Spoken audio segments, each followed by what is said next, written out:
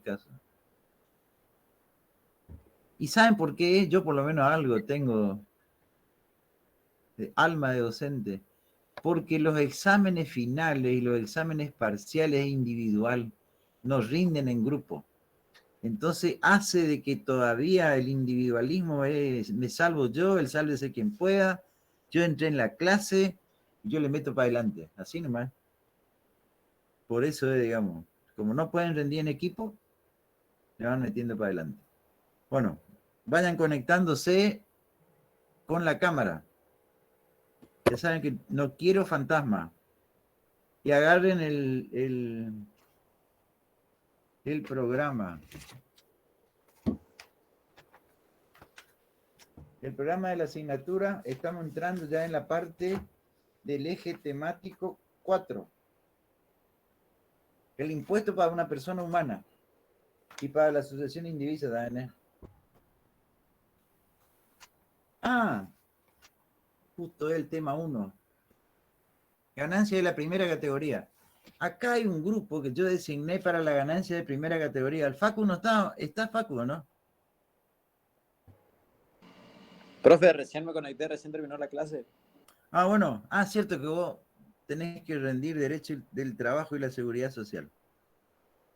Tenés que aprender bien lo que es una subordinación técnica, económica y jurídica, que es la característica principal, el aspecto saliente principal del derecho laboral. Facu, escuchá, ¿qué pasó con las chicas que iban a hablar de la ganancia de primera categoría? Y bueno, el lunes pasado estaban para las 8:30 que usted dijo, designó para ese horario y bueno, yo no me conecté a clase, pero había dicho usted que dejaba para el lunes que viene. ¿Y dónde están? ¿Y quiénes son? Yo ni me acuerdo quiénes son esas.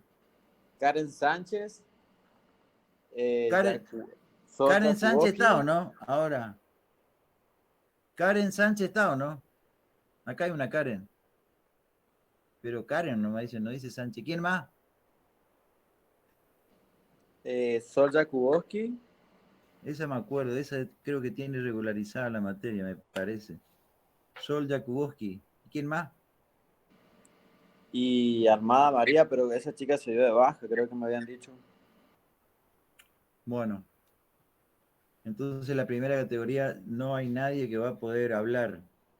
Le vamos a escuchar después a la Sol Jakubowski, esta que cuando la vea y se engancha, háganme acordar, ahí apareció la de la primera categoría. ¿Está?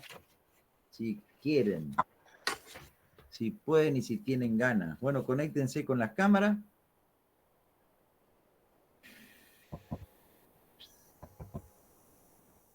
Bueno, yo le voy a dar la ganancia de primera categoría. Nosotros habíamos visto en algún momento y en alguna parte del programa, en la bolilla 1 creo que vimos, en la bolilla 1 es el eje temático número 1. En el eje temático número 1, cuando vimos en el eje temático número 2 era, en el eje temático número 2, nosotros habíamos visto en el punto 3, en el tema 3, el impuesto a las ganancias, las características generales.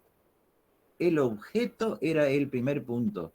El segundo punto era la estructura actual del sistema, las categorías, el alcance y el ámbito de las mismas.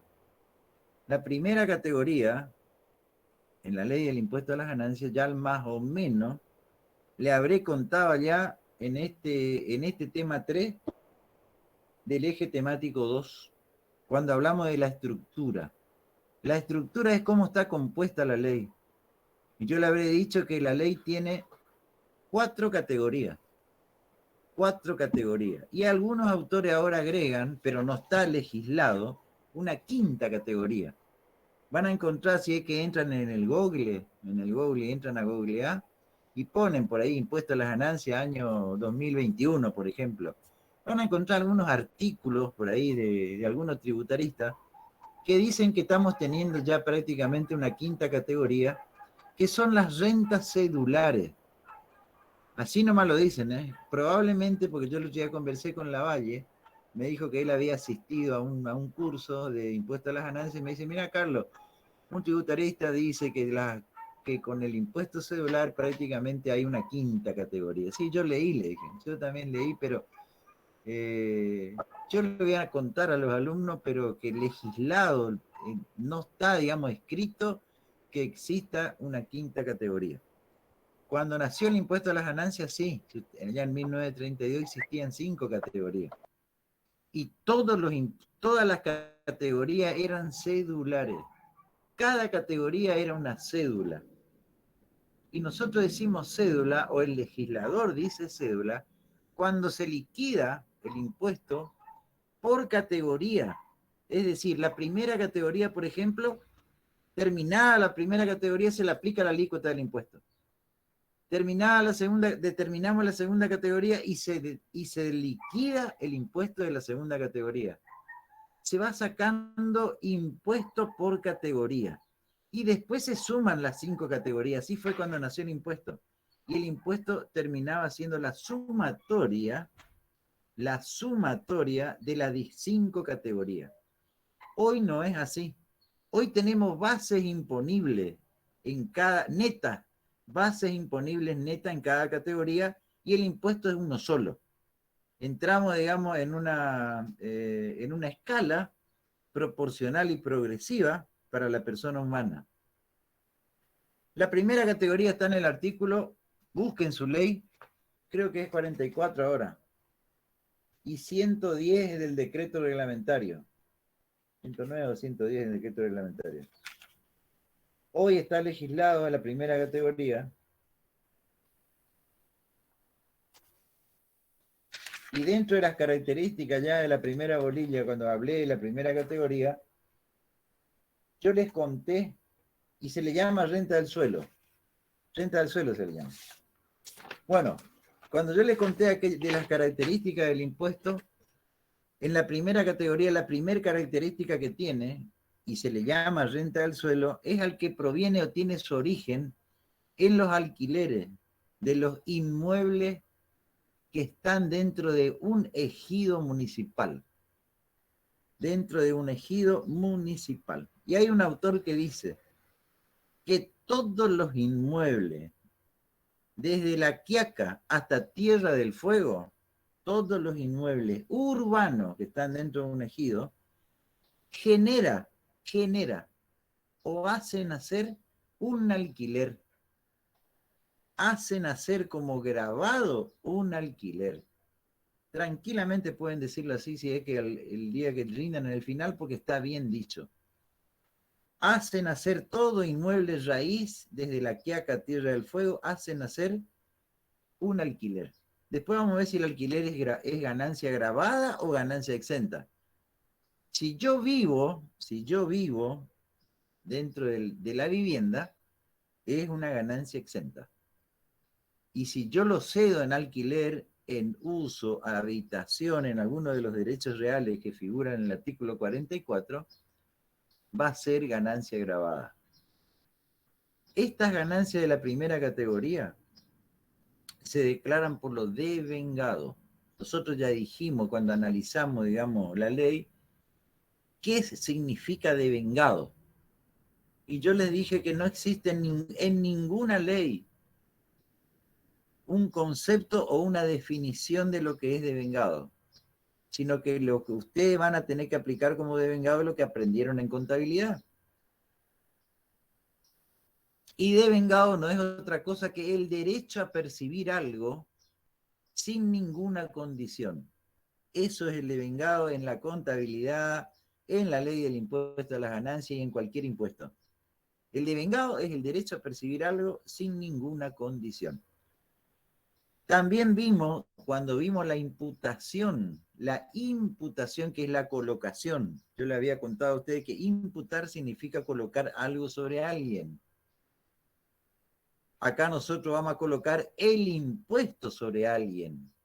Y para esta parte del programa vamos a colocar el impuesto en una persona humana o en una sucesión indivisa, que es lo mismo. Para una persona humana, para una sucesión indivisa es lo mismo. ¿Cómo colocamos? Por lo devengado, y en el caso de estas rentas que son de primera categoría, conforme al transcurso del tiempo.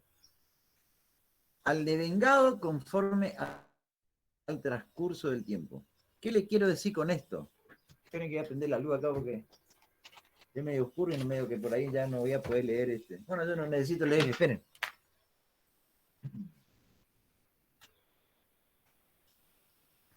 Ahora está.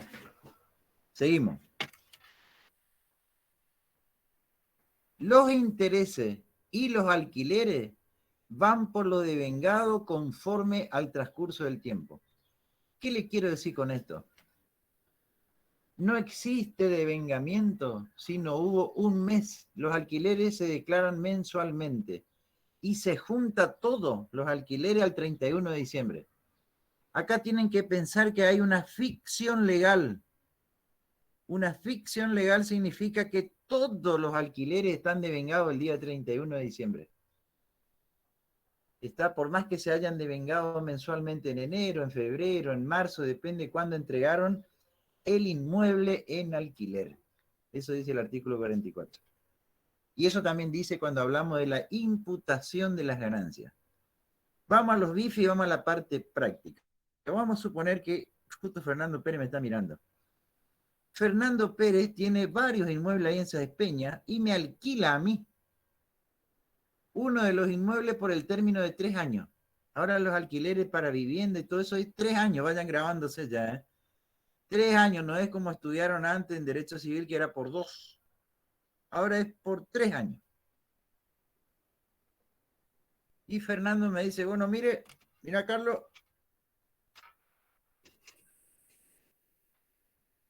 andás con suerte vos, pagame pues, 1 año por adelantado. A mí me va a venir bien. Bueno, Fernando, le digo, te voy a pagar 1 año por adelantado. Hicimos el contrato ahora en el mes de septiembre, el 1 de septiembre, tenemos septiembre, octubre, noviembre y diciembre. Él para este año, solamente va a tener que devengar 4 meses. 4 meses va a tener que declarar él como ganancia grabada septiembre, octubre, noviembre y diciembre. ¿Y qué ocurre con todos los...? Él ya cobró por adelantado todo. Todo el año que viene, hasta septiembre del año que viene. Eso no es ganancia para él. Se declara en función del tiempo. Grábense bien, él solamente va a declarar 4 meses.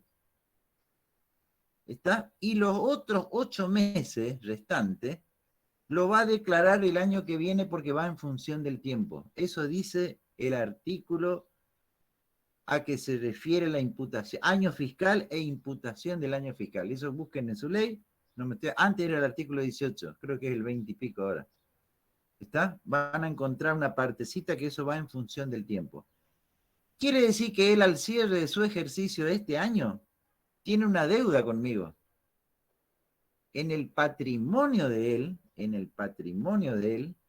cuando él arma su patrimonio, él va a colocar como deuda al 31 de diciembre de este año lo que él me debe a mí, porque todavía no lo ganó.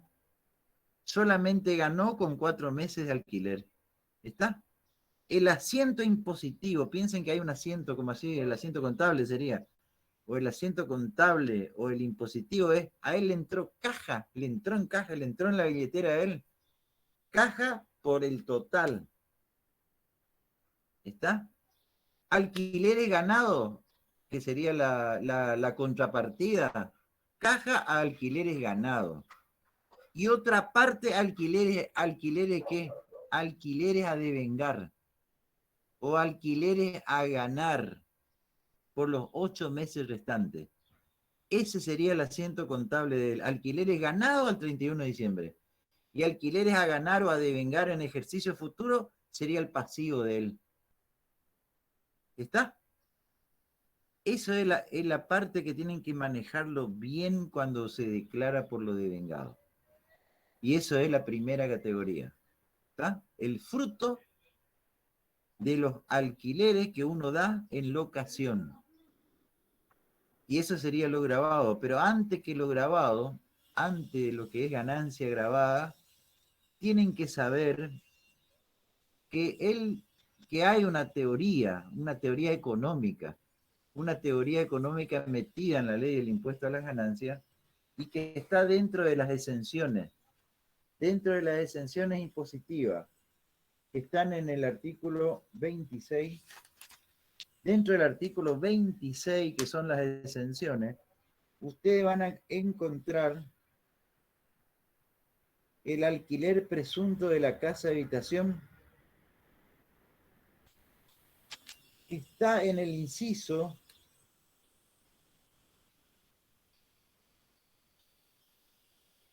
N, N de nene, la N de nene, o de nada, la N de nada o de nene. Dice el valor locativo y el resultado derivado de la enajenación, de la venta de la casa habitación. Es decir, el valor locativo. Esa es una renta presunta, que no es otra cosa que el disfrute y el goce, dicen los autores. Está previsto dentro de las exenciones, es decir, está grabado primero y después lo eximo. Nunca se olviden de eso, ¿eh?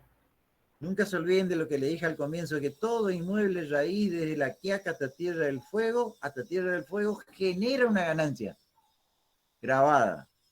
Y dentro de las grabadas tenemos yo vivo acá, es una ganancia ficticia, es una ganancia presunta, que es el disfrute y el goce de mi propia casa de habitación. Y el día que lo venda, según lo que están leyendo acá, va a estar exenta. ¿Está? La enajenación va a estar exenta. ¿Estamos? Esa es una teoría económica que ustedes habrán estudiado en economía, de un gran economista, pero que fue grande y murió joven. Irving Fisher se llamaba. A lo mejor a usted en economía le habrán mencionado porque fue un gran economista y se iba a producir realmente una revolución con todas las formas raras que tenía para pensar. Y dejó poco escrito, pero lo poco que dejó sirvió como base para que otros economistas lo vayan desarrollando. Él decía que en el sistema que nosotros vivimos, occidental y cristiano y capitalista, todos los bienes deberían producir una ganancia, todos los bienes. En el sistema capitalista, digamos, el capital, los bienes de capital, producen una ganancia, aunque sea una ganancia ficta, decía, ficta, medio que existe una presunción. Yo creo que le dije a usted, o no me acuerdo si era acá o en otro, una chica que miraba, digamos, por la ventana, fíjese cuántos autos estacionados hay, eso es un bien de capital, pero para el taxista, para el remisero. Para otra persona es un bien de lujo, está, que lo tiene ahí en la calle, está tomando sol, mira, mi auto está tomando sol. Y cuando llueve se está limpiando. Para el remisero es un bien de uso, es un bien de capital. Irving Fisher, fíjense cómo llegó a pensar que el disfrute y goce de la propia casa habitación es una ganancia presunta no menor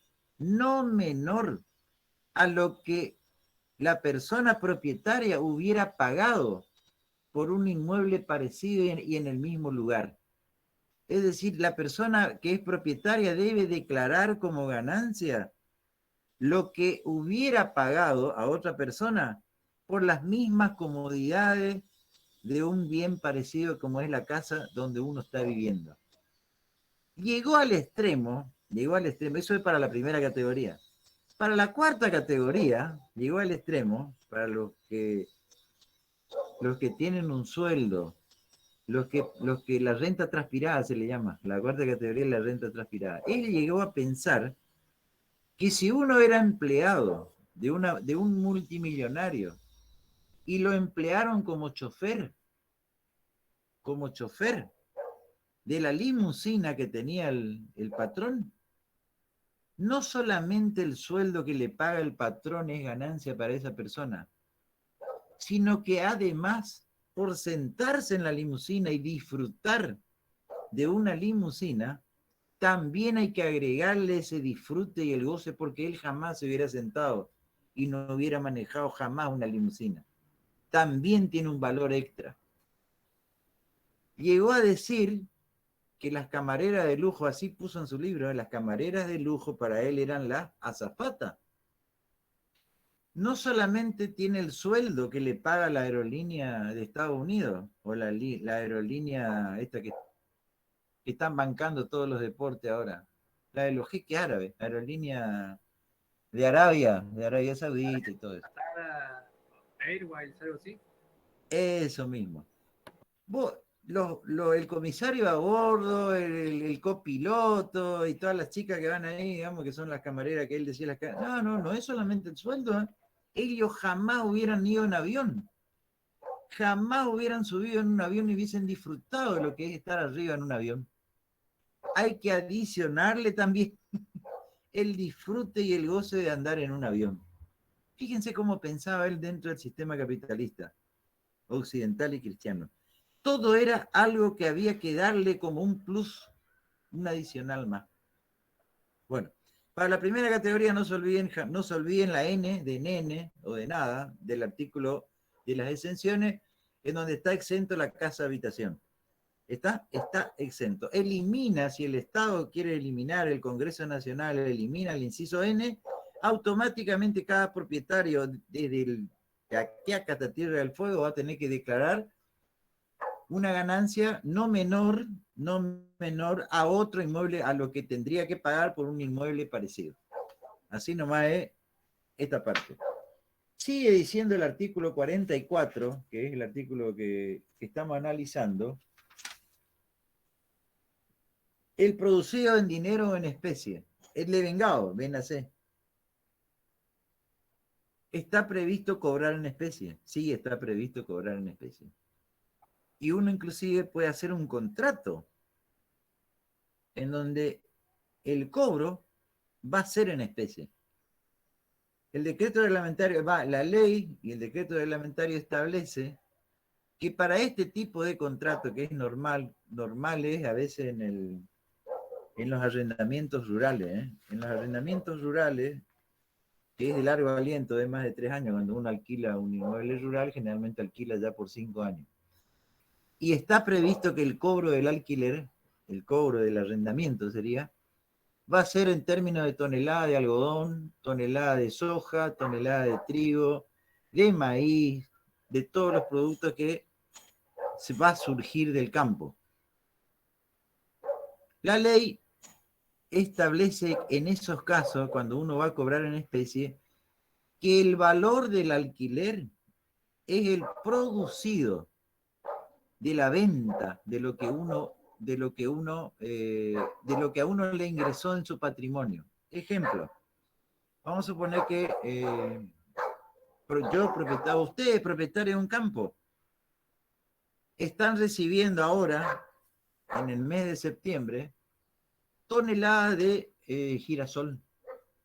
Toneladas de girasol porque así dice el contrato. Nada más que están recibiendo, pero queda en el campo que es propiedad de ustedes. Ustedes en el silo bolsa, ahí no me dejale. Ahí no me dejale que yo te decía en qué momento vamos a vender, le decía a tu inquilino. Y al inquilino le hablaba por teléfono, ahí ya van a ir lo de Ciagro o lo que sea, van a alzar en el camión, ya arreglé, ya me dejaron el cheque acá, que alcen nomás el silo bolsa número A, el B, el C, porque van todo con letra. Que lleven nomás. Ahí vendieron. El producido de la venta es considerado ganancia grabada. El producido de la venta de lo que se vende en el periodo fiscal hasta el 31 de diciembre es considerado ganancia grabada. Y también es considerado ganancia grabada, porque ya lo cobramos y ya lo tenemos en el patrimonio, la existencia final al 31 de diciembre. La existencia final en términos de tonelada de trigo, girasol, soja, que tenga el contribuyente el día 31 de diciembre, también es considerado ganancia grabada. ¿A qué valor? Porque no lo vendió. Al valor de cotización cuando exista una cotización. La Chicaba Argentina. ¿Cuál es la Chicaba Argentina acá? La Chicaba Argentina le decimos porque los productos que tiene... ¿Eh? Rosario. Rosario. Van a tener que mirar, digamos, la cotización que existía de la soja, el trigo, el girasol al 31 de diciembre en el puerto de Rosario. Y esa va a ser la ganancia grabada porque lo tienen dentro de su patrimonio. Está dentro del patrimonio. ¿Qué ocurre si lo venden al año siguiente? ustedes ya declararon una ganancia al 31 de diciembre, vamos a suponer el año pasado, el año 2020. Lo tenían en el patrimonio al 31 de diciembre del año 2020 a un valor determinado, digamos, del puerto de Rosario. Lo venden ahora y pierden plata. Pierden plata en el sentido que lo venden a un menor valor de lo que de la cotización que existía al 31 de diciembre del 2020. Es quebranto en este año, es pérdida en este año. La diferencia entre lo declarado al 31 de diciembre del 2020 con la diferencia de valor ahora cuando lo están vendiendo, es quebranto impositivo. Y si ganan, si el valor que venden es superior a lo declarado al 31 de diciembre del año anterior, esa diferencia es ganancia en este año. Así funciona cuando uno cobra en especie. Que también en la cuarta categoría van a ver, ¿eh? En la cuarta, cuando hablen el lunes, lo que tienen que exponer cuarta categoría, van a cobrar en especie con un auto, con una casa, con una moto, los honorarios que tienen para cobrar. Y ahí tienen 2 años para vender el bien y sigue siendo honorario, ¿está? Sigue siendo honorario la diferencia, digamos, entre lo que tienen al 31 de diciembre y el valor de venta del bien que cobraron. De un terreno, una casa, una moto, de todos los bienes registrables, una aeronave, un helicóptero, como te digo, ¿está? Bueno, eso es lo que tienen que saber con respecto al cobro en especie, de lo que dice el artículo 44. Después el inciso B habla de cualquier contraprestación que una persona, el propietario, reciba a favor por la Constitución a favor de un tercero, de los derechos reales, son derechos reales, de usufructo, uso, habitación, anticrece, superficie, el derecho de superficie que está allá arriba de todo, ¿está? De la casa de uno, u otros derechos reales, ¿está? Acá, digamos, el derecho tributario no definió algo distinto de lo que ustedes conocen y que está en el Código Civil. Los derechos reales de usufructo, que es usufructuar, es gozar, digamos, de un bien.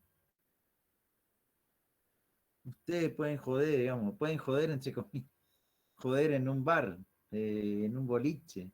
Vení que te voy a usufructuar, te voy a disfrutar del baile con vos esta noche, y bueno, y eso es lo que aprendí en el Código Civil. Vení, vamos a hacer el uso de derechos reales, el uso es usar una cosa y devolverlo en el mismo estado en que estaba. Y bueno, no sé si va a estar en el mismo estado. Pero eso es para que ustedes no se olviden.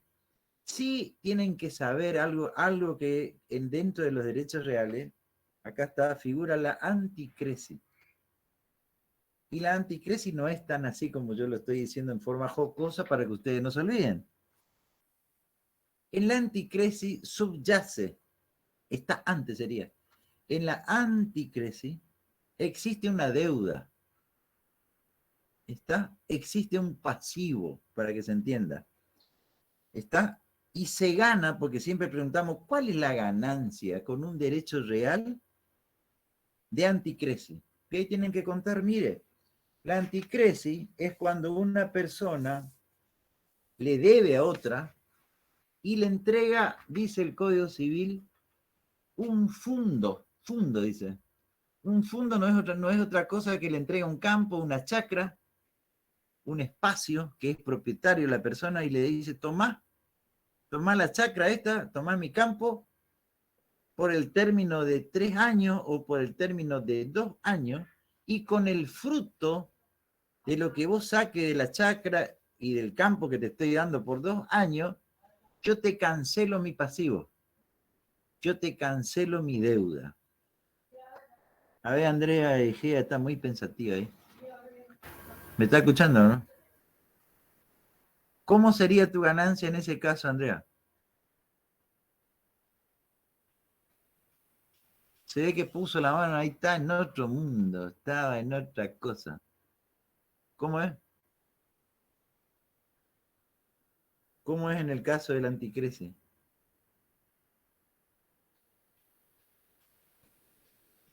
Te entregué el fondo, te entregué la chacra por el término de 2 años ¿Cómo sería mi ganancia? Y te digo, mira, con los frutos que hay ahí, o con los frutos de lo que te da la chacra, yo te cancelo, porque te doy por 2 años, te cancelo lo que yo te debo. Vos tenías un crédito, yo tenía una deuda. ¿Cómo sería mi ganancia? Mi ganancia, por entregarte el campo, entregarte el fondo, entregarte la chacra, para que en el término de 2 años, por el término de 2 años, después de 2 años ya es mío otra de nuevo. No es que, es como decir, bueno, tomá, sacarle el jugo a esto, vendé la naranja, el pomelo, todas las plantitas que tenía ahí, la mandarina. Empezá a vender y con eso, digamos, disfrutá si querés o no haga nada, pero con el fruto de eso, digamos, yo te estoy cancelando mi pasivo. ¿Cómo sería mi ganancia?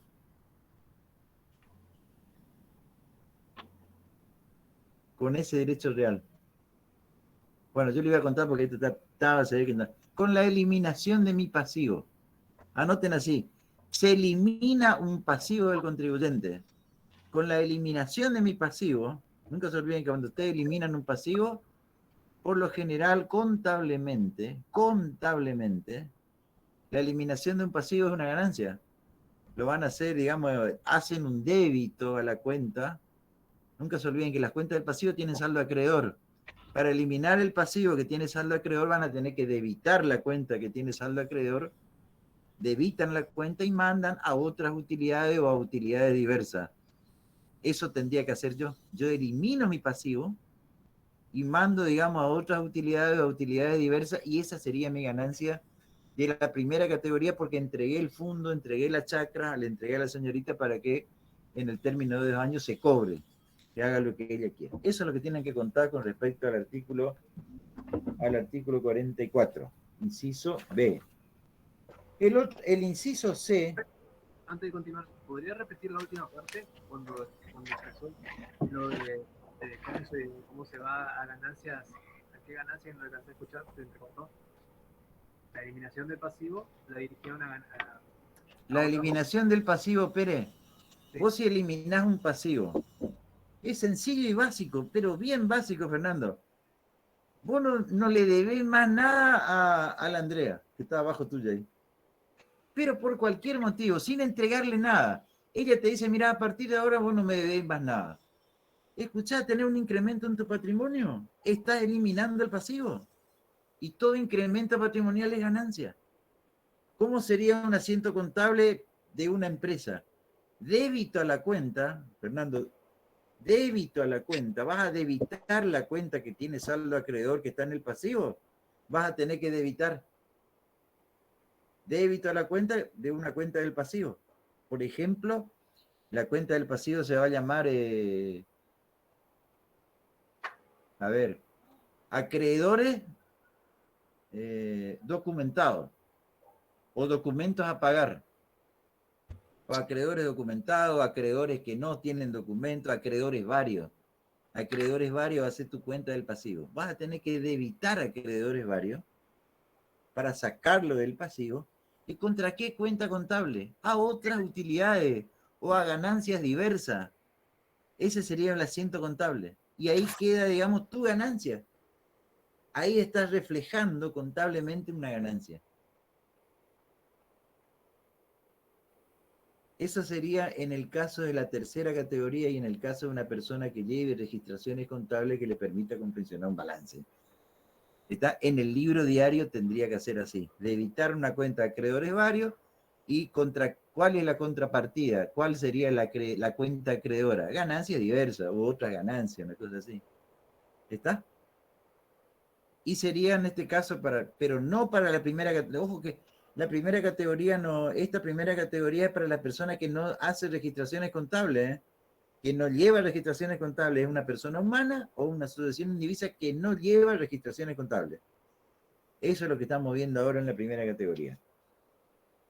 El inciso C habla el valor de las mejoras que se introduce en un inmueble por el inquilino o al arrendatario y que constituya una ganancia o un beneficio para el propietario y en la parte en que o sea, el propietario, este es el propietario, no esté obligado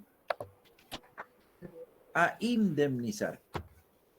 Normalmente, cuando uno alquila algo, un inmueble en la ciudad, una casa en una ciudad, digamos, o una oficina en pleno centro, o una vivienda, o un arrendamiento rural, todo se pone en el contrato, que toda mejora que haga el inquilino va a quedar ahí como mejora, y el propietario hace la mejora si querés, porque eso va a mejorar tus condiciones de vida, pero yo no te voy a pagar nada, yo no te voy a reconocer nada. Normalmente en el contrato se pone eso, que toda mejora que haga el inquilino queda a favor del inquilino, pero yo no te voy a reconocer nada. En algunos casos, cuando es grande la mejora, y el decreto reglamentario se encarga de definir lo que se considera mejora. Mejora para la ley del impuesto a las ganancias es todo incremento que supere el 20% del valor residual del bien. Todo incremento, el 20% que supere el valor residual del bien al cual accede la mejora. Eso dice el decreto reglamentario. Eso se considera mejora. ¿Está? Es mejora cuando supera el 20% del valor residual del bien. ¿Siempre es así? No, no es siempre así. Porque ustedes pueden llegar a pensar, bueno, yo les quiero contar ya nomás, los inmuebles se amortizan en 50 años, pero se lo hace, según la ley del impuesto a las ganancias, en trimestre. En trimestre. Como cada año trae 4 trimestres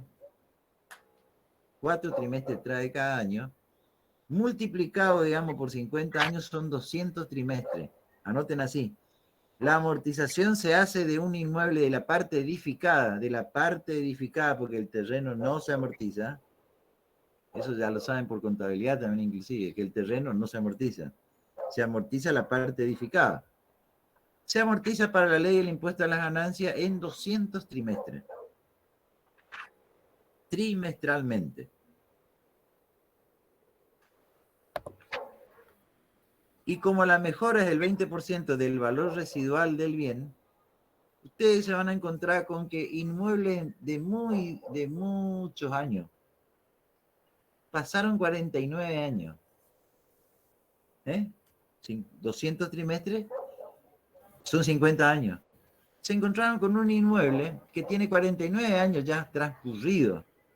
Quiere decir que cualquier cosa que se le haga, no cualquier cosa, pero cualquier mejora que se le haga a ese inmueble, cualquier cosa, pintura nueva, le pinto la ventana, pinto la puerta, le cambio algo en el baño, unos azulejos en el baño, arreglo el piso, cualquiera de esos gastos que yo hago va a ser superior. Ese gasto, esa erogación va a ser superior al valor residual del bien, porque el valor residual del bien es solamente un año. A ese inmueble le queda solamente un año para que termine su vida útil. El valor residual va a ser muy pequeño. El valor residual en ese caso de la vivienda, de la casa, es muy pequeño y cualquier gasto de pintura, arreglo del techo, en definitiva va a ser un activo, no va a ser un gasto deducible, según el decreto reglamentario. Entonces los autores y la DGI también lo admitió, de que no es tan así, de que el 20%, digamos, lo que supera el 20% del valor residual del bien es mejora. Tiene que potenciar, acá viene la Argentina potencia más o menos, ¿está? Acuérdense de la Argentina potencia. Debe potenciarlo al bien, para que realmente sea mejora y que ingresa en el patrimonio, debe existir, digamos, potencialmente un mejor vivir, un alquiler mejor para el próximo al que yo le voy a ofrecer, y no sujetarse estrictamente a aquello que sea el 20%, digamos, del valor residual del bien. ¿Está? Porque si no, los inmuebles que son de muchos años, le queda un valor muy chiquito como valor residual, porque le queda un año o 2 años, y cualquier erogación que haga de pintura, de cambio de una puerta, no es una mejora. No es una mejora, digamos, ¿está? cambié un azulejo en el baño, tampoco, no es una mejora. Mejora debe ser, digamos, aquello que le potencie al bien. Eso, hay un autor que dice, ¿cómo se declara la mejora? Es ganancia porque no le sale del bolsillo del propietario. Y va a quedar la mejora, por ejemplo, hago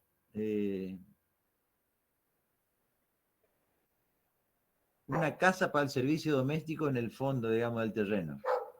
Una pieza con un baño. Eso realmente es una mejora. Hago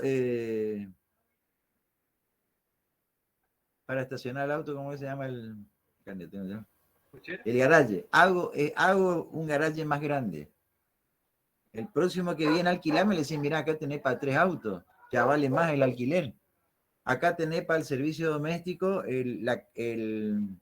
la pieza bien grande, tiene una pequeña cocinita y tiene el baño para el servicio doméstico. Vale más ya el alquiler. ¿Está?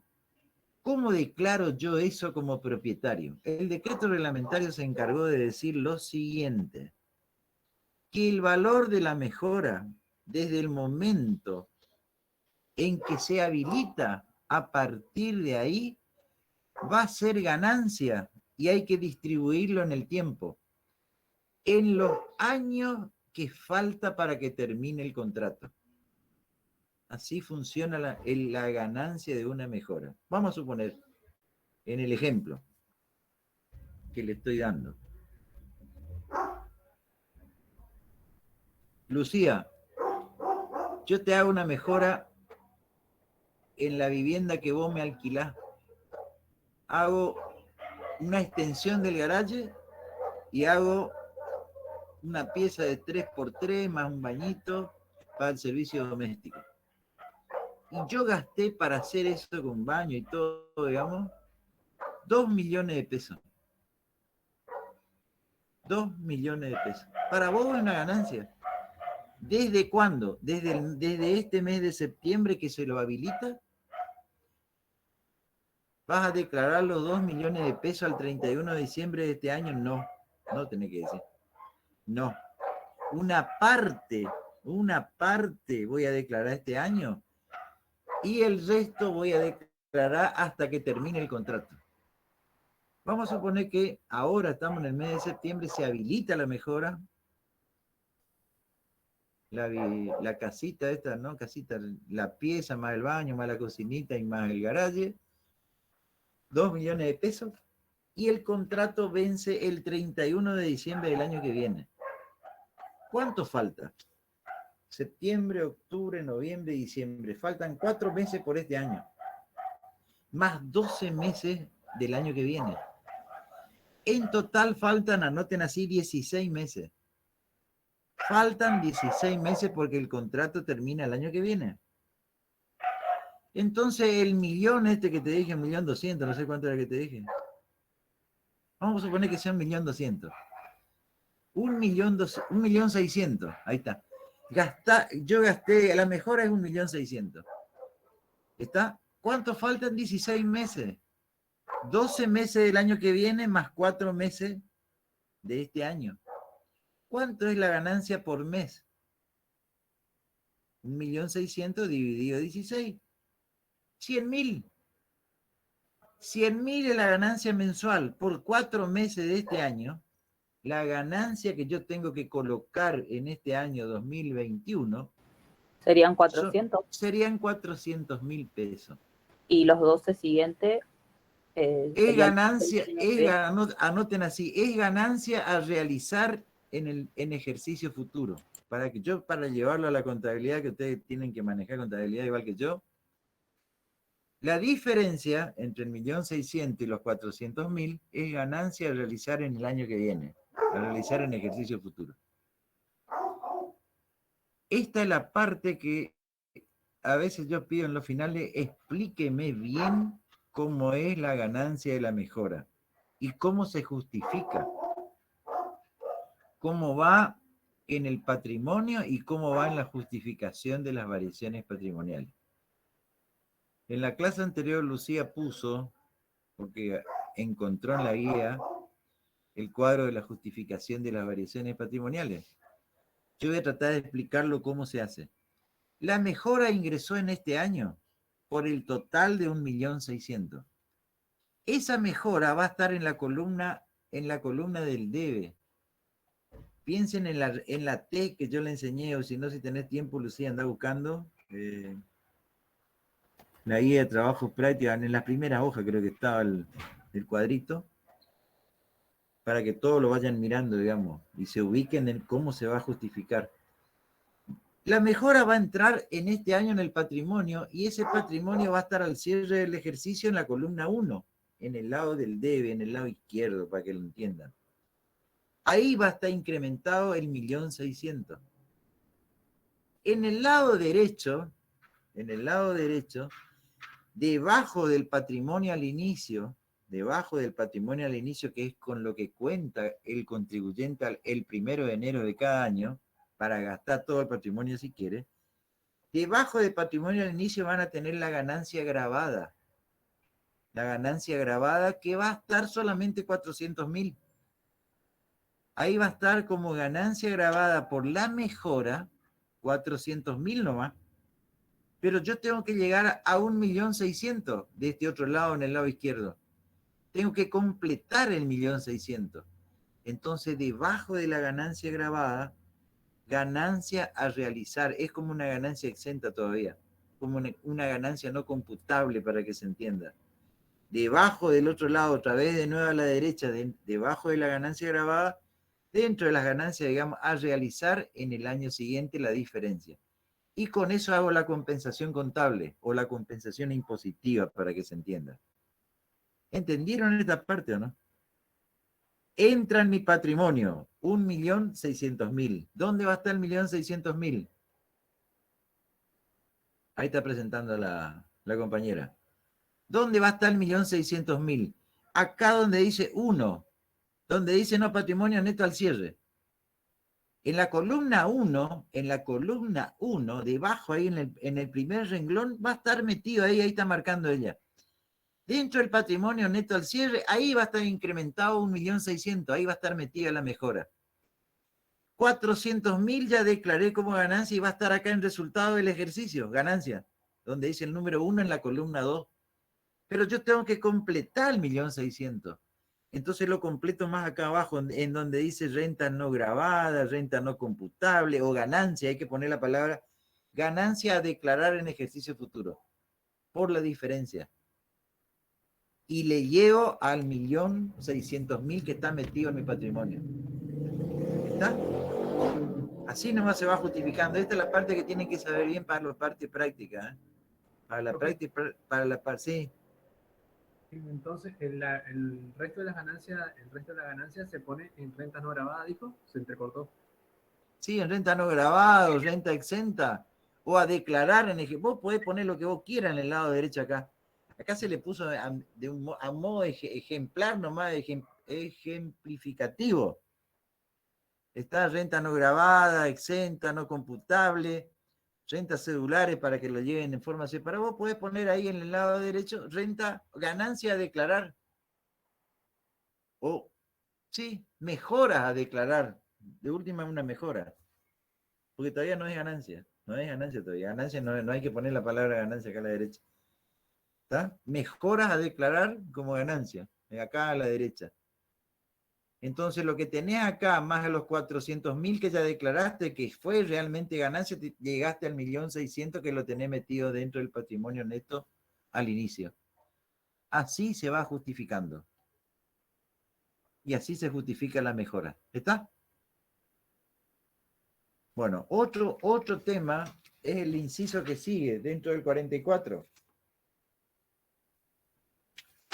¿Cómo dice el inciso que sigue? Dice, habla de la contribución directa o territorial o los otros impuestos, otros gravámenes, dice, otros impuestos que el inquilino o arrendatario haya tomado a su cargo. Es normal que en cualquier contrato de alquiler o en cualquier contrato de locación se le diga al inquilino, al que entra a vivir en la casa, che, hacete cargo del impuesto inmobiliario. Para el propietario una mayor ganancia. Y eso es lo que está establecido acá en el artículo 44. Si en el contrato se establece eso, no es solamente el valor de la locación, sino además también el impuesto inmobiliario urbano. Y en el caso de un arrendamiento del campo, el impuesto inmobiliario rural. ¿Está? Más el alumbrado, el barrido y limpieza, que son todos los impuestos que recaen en forma directa sobre los inmuebles. El otro dice el importe abonado por los inquilinos arrendatarios por el uso de muebles y otros accesorios o servicios que suministre el propietario. Las cosas muebles, cuando usted alquila algo amueblado, que tenga una mesa y 6 sillas, una heladera, un aire acondicionado que está empotrado, aire acondicionado, caja fuerte, algunos elementos que son cosas muebles, también el alquiler de la cosa mueble forma parte del alquiler del inmueble. Para que se entienda, esto es como algo accesorio que sigue la suerte de lo principal. ¿Yo qué aconsejo? Que no hagan así. Que no hagan así. ¿Y por qué? Porque el alquiler de cosas muebles, el alquiler únicamente de cosas muebles, está grabado en la segunda categoría.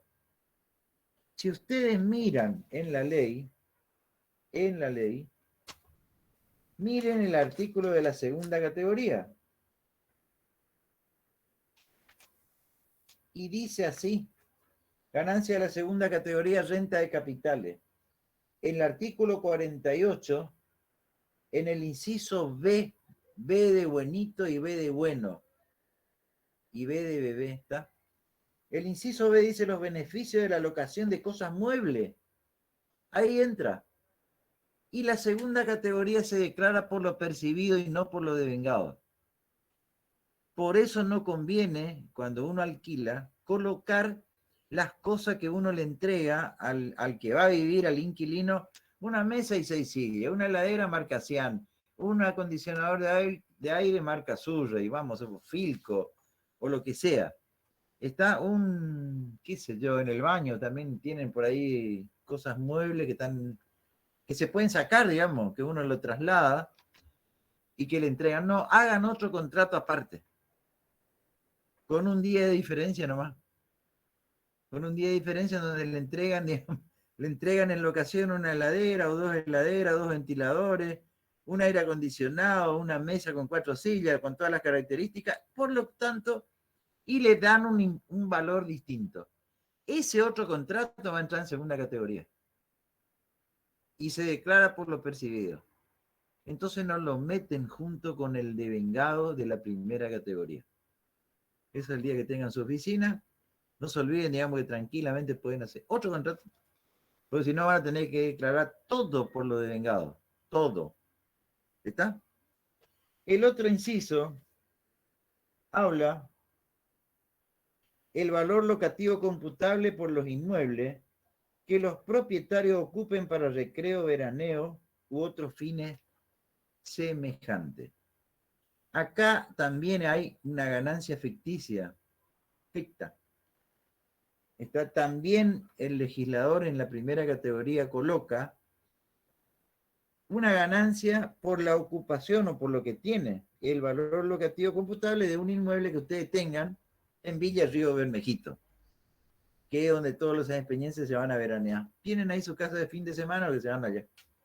Y están a lo mejor 1 mes o 2 meses nomás. Y acá el fisco quiere que eso no está exento, ¿eh? La exención solamente va por una sola vivienda, donde usted vive, donde usted reside. Por más que usted se vaya a vivir 1 mes nomás a Villa Río Bermejito, está, y el resto no lo ocupe, es el valor locativo de lo que usted obtendría por un inmueble parecido, de similares características, tipo de piso, cantidad de abertura, tantos metros cuadrados, y de la ubicación que es para el veraneo. ¿Cómo se hace en la práctica? Cuando uno alquila, porque uno alquila eso que uno tiene para veraneo, tranquilamente alquila el mes de enero y el mes de febrero. A un inquilino el mes de enero, se desocupa el día 30 de enero, Y tienen un día nomás para limpiar todo a partir del 1 de febrero, que es el día 31 de enero. A partir del 1 de febrero entra otro ya, otro inquilino. Termina febrero, el día 28, ese día limpian todo y en el mes de marzo alquilan a otro, más barato el alquiler, ya en el mes de marzo es más barato. Ustedes van a declarar eso por 3 meses nomás el alquiler.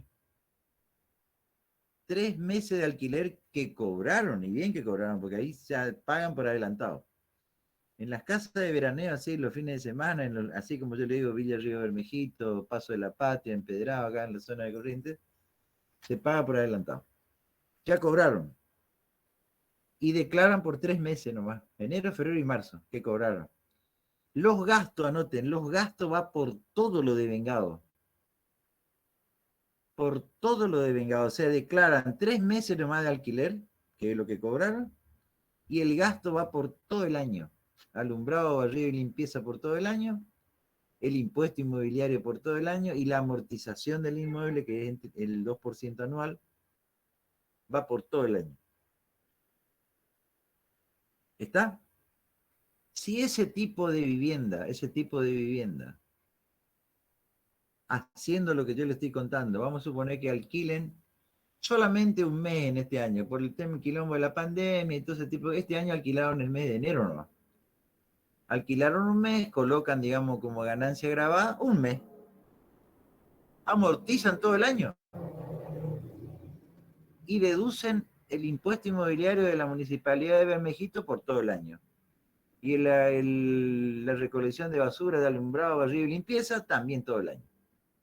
Le da quebranto, le da pérdida, porque un solo mes no llega a cubrir el gasto deducible. En ese caso, ese alquiler es no computable. Ese quebranto, dice la ley, es no computable. Anoten bien esto. Eso que es para recreo, veraneo y fines similares, cuando arroja pérdida, no se lo computa.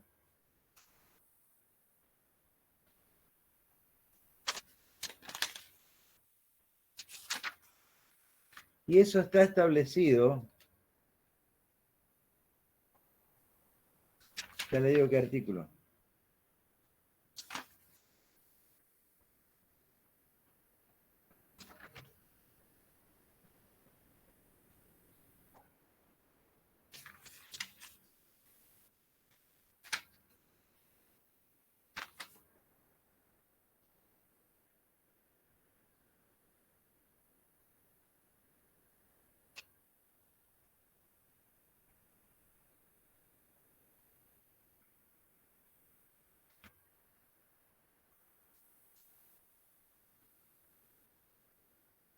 El artículo 23, ganancia neta y ganancia neta sujeta a impuestos. En la actualidad busquen el artículo 23. En el último párrafo dice cuando el resultado neto de las inversiones de lujo, recreo personal y similares, establecido conforme con las disposiciones de esta ley, acuse una pérdida, no se computará a los efectos del impuesto. ¿Está? O sea que todo lo que sea para ocio, para recreo, veraneo y fines similares, directamente no se lo computa.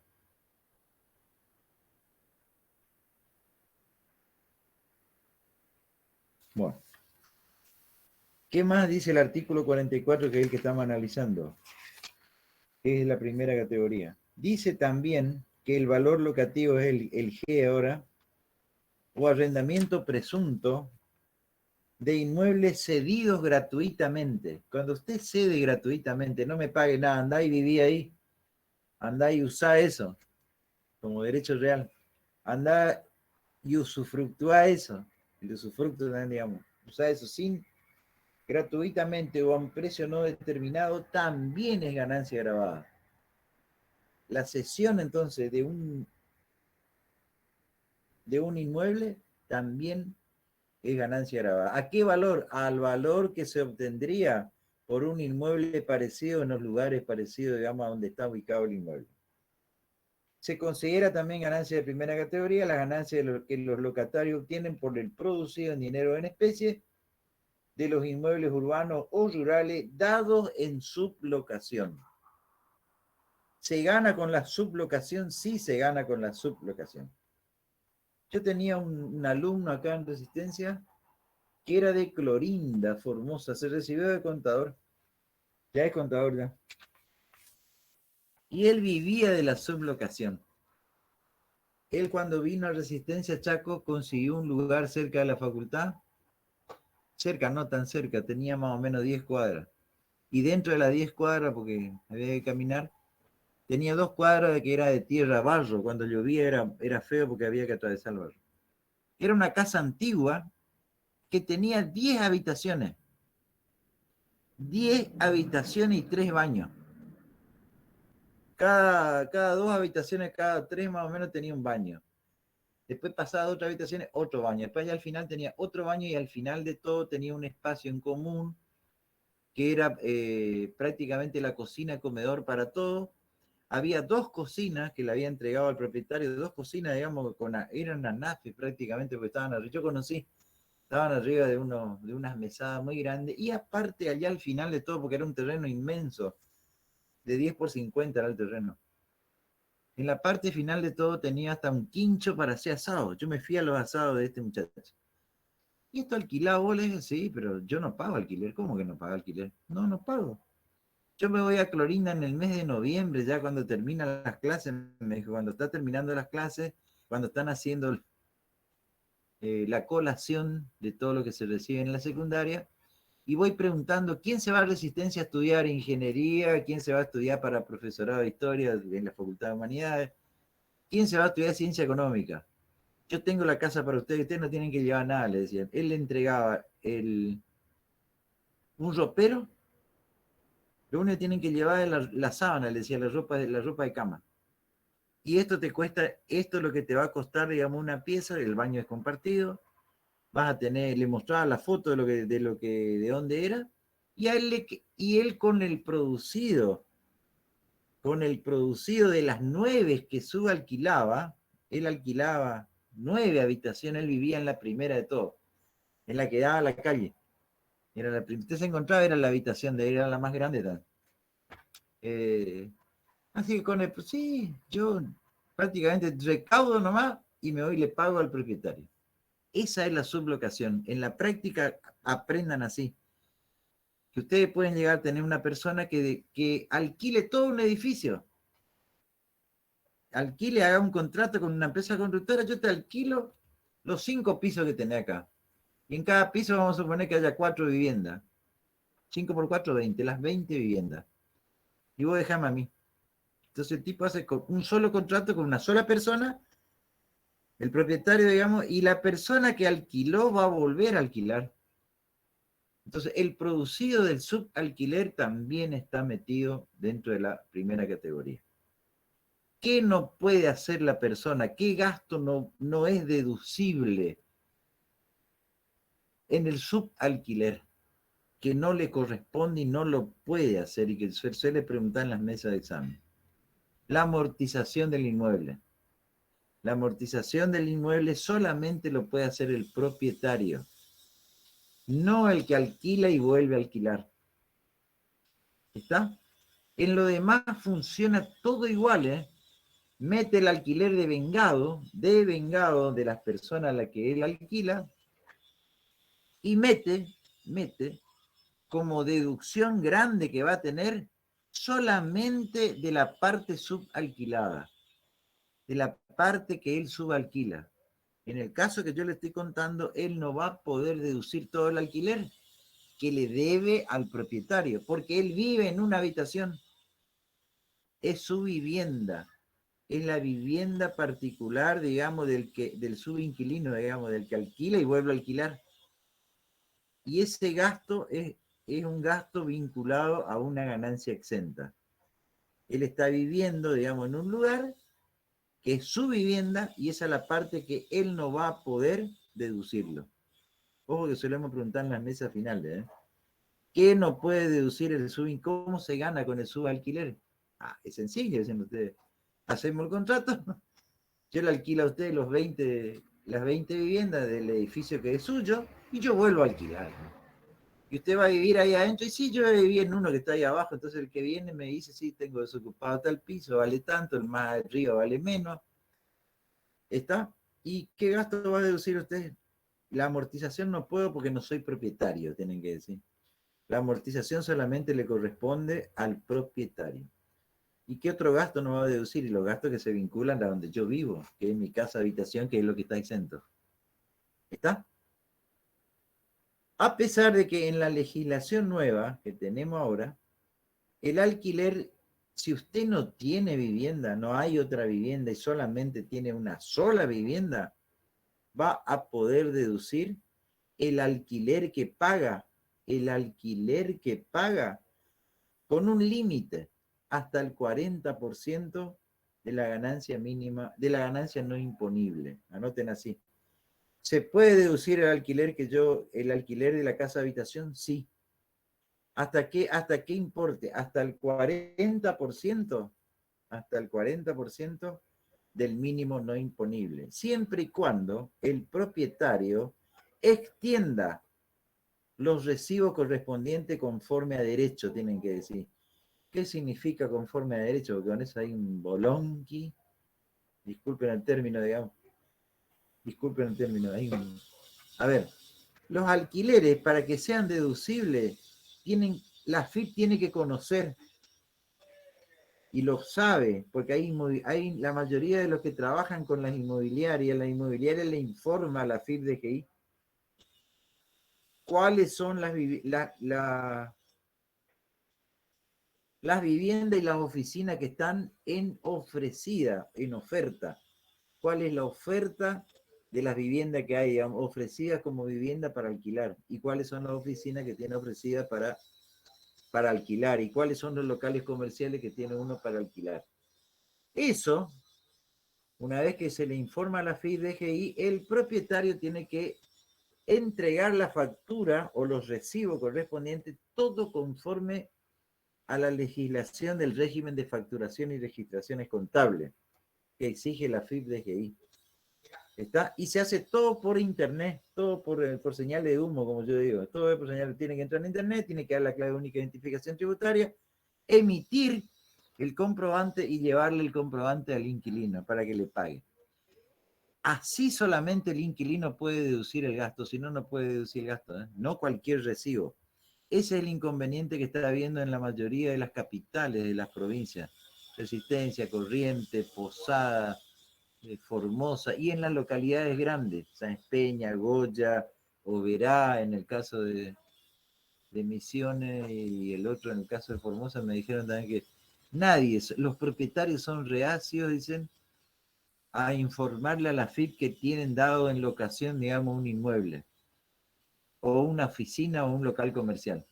Todo se maneja de todo en negro, hablando en criollo, de todo en forma trucha sería, en forma así. Eso es más o menos lo que... Bueno, nos queda unos minutitos más, le tengo que contar con respecto a esto no se termina, todavía vamos a terminar, no sé si el lunes, pero vamos siguiendo. Eso es lo que le quería contar con respecto a la renta del suelo. El valor locativo, que es lo que sigue diciendo la ley en el artículo 45, no es otra cosa que el valor probable, un valor similar a lo que uno debería pagar o debería alquilarlo. ¿Dónde surge este valor? Y lo dan las inmobiliarias. Se le pide a las inmobiliarias de la zona o del lugar donde está el inmueble que cuánto sería más o menos el alquiler por una vivienda de tantos metros cuadrados, tipo de baño, tipo de abertura, la calidad de las aberturas, piso, y ese tipo de cosas, digamos, que hace al valor del alquiler. Y los arrendamientos en especie, que ya lo vimos, lo que aquellos que perciban arrendamiento en especie deben tenerlo al valor, dice, como dice la ley, al 31 de diciembre lo que realizó, lo que vendió, y el resto al valor, digamos, de cotización de los productos. Y el 47 lo único que dice que los contribuyentes que transmitan gratuitamente la nuda propiedad, conservando para sí el derecho de los frutos, de cualquier clase que sean, para uso o habitación, deben declarar la ganancia que les produzca la explotación, o el valor locativo según corresponde. Esto ya vimos, digamos, cómo es el valor locativo cuando uno entrega un fondo, que es el caso del anticres, y este es el caso cuando uno transmite la nueva propiedad, que no van a tener ningún inconveniente. Esto que leímos acá, que son pocos artículos de la primera categoría, es mejor que ustedes lo lean y lo sepan de lo que dice el decreto reglamentario, ¿eh? El decreto reglamentario lo único que hace es ampliar un poquito más, ¿no va?, de lo que dice la ley. ¿Está? Y mirar también el caso de las mejoras. ¿Qué se considera mejora? Y el caso de las amortizaciones, como deducible acá, digamos que es en trimestre. El único caso que hay donde la amortización es trimestral. En los demás casos, todas las amortizaciones son en forma lineal, por años, digamos, tantos años de vida útil. La cantidad de años en que se amortizan las cosas, los bienes, ustedes lo tienen en el librito este. En este librito, ustedes tienen una planilla que está acá. Ya le voy a decir la página también, para que vayan aprendiendo y vayan viendo, digamos, cómo son, digamos, las amortizaciones. En cuántos años se amortiza un toro, por ejemplo. En cuántos años una vaca. En cuántos años los muebles útiles. En cuántos años un alambrado. En cuántos años un... Bueno, eso está acá en el librito y es el sustento legal de eso, que es a veces lo que preguntamos. ¿De dónde surge el sustento legal, digamos, de que usted tiene que amortizar los muebles útiles en 10 años? ¿De dónde surge que un automóvil va en 5 años? ¿De dónde surge que el valor del automóvil para amortizar no puede superar 20.000 pesos? De la ley tienen que decir, de la ley. ¿De dónde surge que los gastos de reparación, digamos, del automóvil tiene un tope de 7.200 pesos? ¿De dónde surge? De la ley. ¿Está? O sea que de la parte de las deducciones no permitidas. Profe, Sí. los años de vida útil se encuentran en la página 297. 290. Ah, sí. 297. Sí, acá ya lo tenía marcado. Este es el que tienen que mirar. Esta planilla que está acá, no sé si lo están viendo, están las amortizaciones en forma lineal. Esta es la que tienen que saber. Y el sustento legal de esto es el decreto reglamentario de la ley de leasing. El decreto reglamentario de la ley de leasing es el que estableció esto, y esto lo adoptamos todo en materia contable y en materia impositiva. ¿Está? Y acá van a tener los años de los reproductores para las actividades comerciales e industriales, un edificio en cuántos años, los edificios de mampostería, un avión, un camión, van a tener todo acá. ¿Está? Eso es lo que tienen que más o menos ir mirando. A mí me van a ver el lunes que viene, a las 8:30 de la mañana. El que me manda el link sigue siendo Alegre, Jonathan Alegre. Así que ahí te liberamos, Lucía. Yo voy a hablar, en todo caso, estate atenta nomás, yo le voy a hablar a este muchacho porque muchos quedan afuera, porque él solamente espera 10 minutos, 15 minutos y por ahí recibo en el teléfono, no puedo entrar al aula. Y Sí, ese a profe, mí, yo no tengo problema. pero yo no sé si él lleva un registro, porque la facultad le pide que lleve un registro de que doy clase. Yo no tengo ni una duda que haga usted, el secretario académico, agarre el teléfono de ustedes que yo tengo acá, digamos, en cada uno de los que están cursando la materia. Yo tengo un